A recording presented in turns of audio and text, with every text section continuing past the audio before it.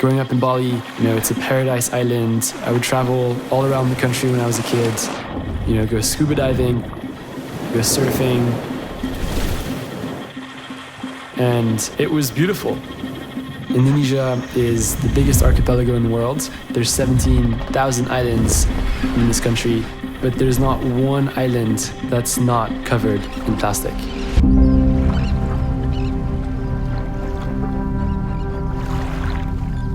I've been living here for 20 years, and every year I've been seeing it get more and more covered in plastics.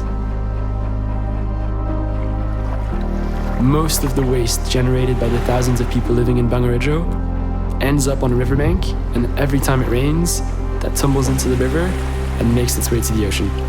80% of plastics in the ocean come from rivers. If we can stop plastic from reaching the ocean in the first place, we stand a chance at fixing this issue. This makes you think, if you could put a barrier in that river, this wouldn't be here. And that's what we're all about. It's how do we stop these disasters from happening? So we're on a mission to stop plastic from going into the ocean by installing simple barriers in rivers to make sure that we catch as much plastic as possible before it has a chance to reach the ocean. We've installed 180 barriers so far since starting Sungai Watch 2.5 years ago. With Corona, we have 20 barriers that we clean every day. And every day we're pulling 500 kilos to 1,000 kilos of plastics just from our 20 barriers in Banyuwangi. The mangroves is sort of the last resort, natural barrier to stop plastics before it goes into the ocean. It's been a disaster relief focus of ours for the last 2 years. We've pulled around 200,000 kilos of plastics from the mangroves. What we're doing at Sungai Watch is the hardest type of recycling because the trash is so dirty. People throw it in a landfill, it sits there for months or years, falls into the river, gets combined with mud, and then that's when we collect it.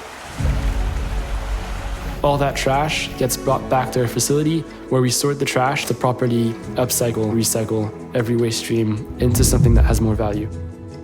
This is our sorting facility. All the trash we collect from our 20 barriers, it gets dropped off here. The idea is that every day trash comes in, the following day it's sorted into 30 different materials. Once it's sorted, it goes to our secondary process, sorting bags by color. So once we sort by color, it gives us more chance to recycle the materials. Third process is doing what we call brand auditing. Within one material, there's so many different brands. And the reason we brand audit is because then we're able to understand who are the biggest polluters. And by doing that, we're able to then start a conversation with them around how they can improve their single-use packaging. Every year, we release a report where we showcase our data, how much trash we collected, what is the percentage breakdown of the waste, what are the most polluting items that we find in the rivers, and also who are the biggest polluters. This is a very multi-stakeholder problem, so we need to get these companies to be involved, we need the government to be involved, and there's really no better way of finding solutions than by showing the data. We don't want to be cleaning our rivers every day for the rest of our lives. I think our barriers are just the beginning. After cleaning the mangroves up, we're seeing them come back to life. The shoots coming back up, and it's one of the most beautiful things of seeing how resilient nature can be.